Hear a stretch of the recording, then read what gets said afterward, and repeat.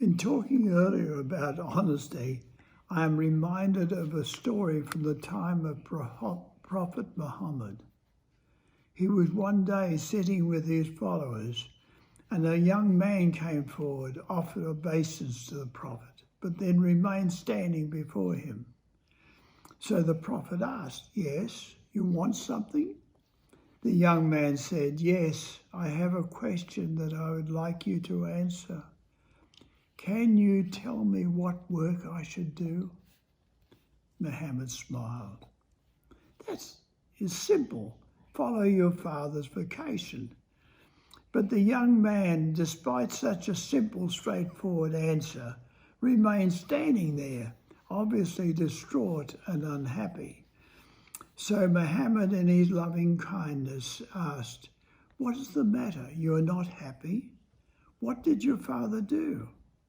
The man was distressed and answered, "He was a thief." Muhammad looked at the youth and then replied, "So what? I tell you to follow your father's vocation, but always remember two things. First, always do justice in your life. And second, you must drop whatever you're doing and join in the prayers whenever the call goes out. Always observe these two conditions and you will be bound, and you will not be bound by your vocation. Now go." So the young man bowed to Muhammad and left. As he walked home, he passed through the prosperous section of the town, studying each house with the practiced eye of a thief, determining one where he would choose to plunder. Because he had been a thief when he had been touched by the Prophet's call and had then decided to live a straight life. But he knew no profession other than stealing, and soon with no money, he began to starve. It was this situation that led him to Muhammad to plead for his advice on what he should do. But now he had been told to go back to being a thief, and so he studied the houses as he walked until he found one which seemed just right for him to plunder. That night he returned to the chosen house and threw a rope with a hook over the parapet surrounding the roof. The hook caught, and he silently climbed up to the roof. Then he climbed down the stairs to the inside of the house and to the kitchen. This was because he knew that wealthy people had their money in the kitchen, where there were always women present throughout the day. In the kitchen, he got down on his hands and knees and began to run his hands over the floor. Soon he felt a minute difference in the surface, as if someone had dug a hole and then covered it over again. So he began to dig, and sure enough, very soon he had unearthed 25 bags of gold. The thief wrapped all the gold bags into a large cloth and, slinging it over his shoulder, started to move to the stairs. But as he did so, he remembered Muhammad's words, "Always do justice." He thought, "I have no dependents, and from the size of this house there are many here." And, thinking this, he untied the cloth, left 2 bags on the floor and continued towards the stairs. "But is that justice?" he asked himself, "that I should take so many and leave only 2 bags?" So he untied the cloth and took out 3 more bags. But he'd only taken a few more steps before questioning whether he was being just, as directed by the Prophet, and he deposited on the steps another 5 bags.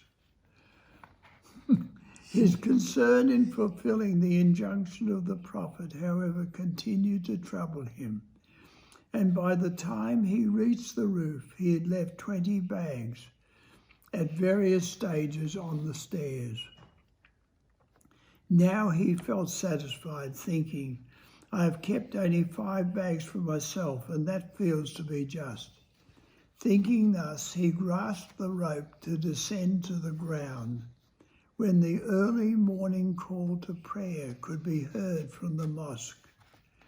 He had taken so long tying and untying the bundle of gold bags and thinking each move that it was now almost dawn. With the call, he remembered the second injunction and let go the rope, put the cloth down and began to pray in a normal voice. With this, the man of the house awakened and said to his wife, What is this? It sounds like someone is praying in the house. And they listened. It was clear that someone was praying on their roof. So they rose and started for the steps to the roof. But to their consternation, they kept stumbling over bags of their gold. We've been robbed, explained the husband, and hurried to the roof. To his bewilderment, he found a young man kneeling in prayer by the parapet. There was a bundle, obviously with more bags of his gold, beside the man. It was clear that there was a thief, but was it this man kneeling in prayer? He was bursting with curiosity, and in deference to the prayers, he waited for the man to finish. Then he immediately demanded, Who are you, and what are you doing here? I'm sorry, the youth replied, I'm a thief. This increased the householder's bewilderment. Then why did you not go with the gold? Why did you leave so many bags? And more so, why then did you stop to pray? The husband and wife were totally mystified. Explain, what sort of a thief are you? I'm sorry, the youth replied. I am a thief. This increased the householder's bewilderment. Then why did you not go with the gold? Why did you leave so many bags? And more so, why did you stop to pray? And they said, we're totally mystified. Explain, what sort of thief are you? Gradually, the young man told his story and detailed the 2 injunctions that the Lord had given him. The couple were impressed. The man was a thief and yet seemed to be completely honest and a truthful one.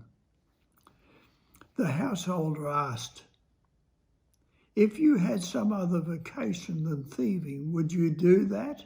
Yes, but I'm not trained for anything else. So the householder gave him a position in his business, and the young man proved so capable and honest that in time he was given the position of manager. Later, impressed as they were with his character, the couple offered the young man their daughter in marriage, and this was arranged, followed by a partnership in the business.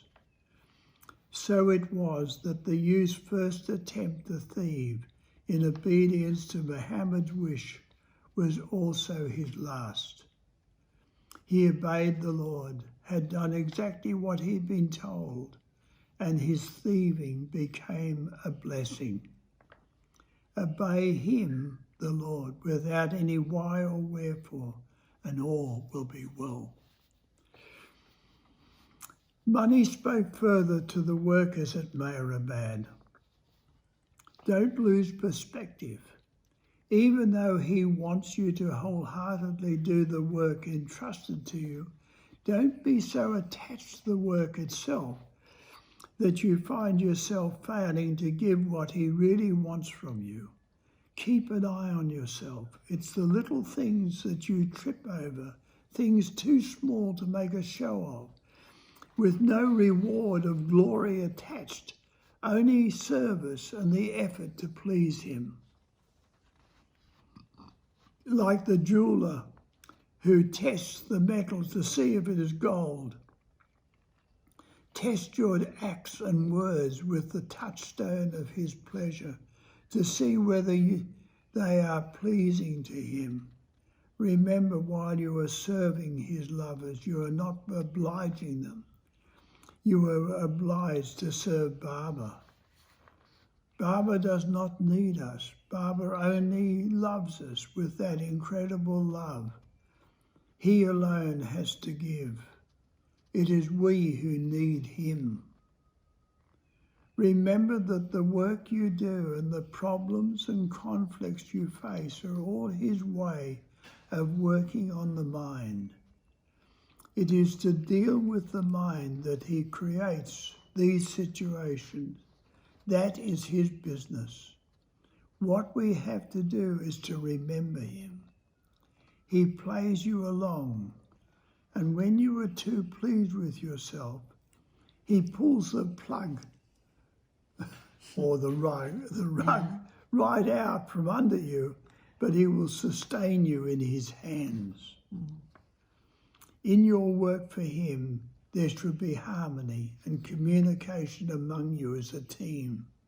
There should be no islands. Islands are what separate the ocean. Strive to keep the flow natural and to be good cheer. A favourite quite is when love is present, the path to the truth is joyous. You are all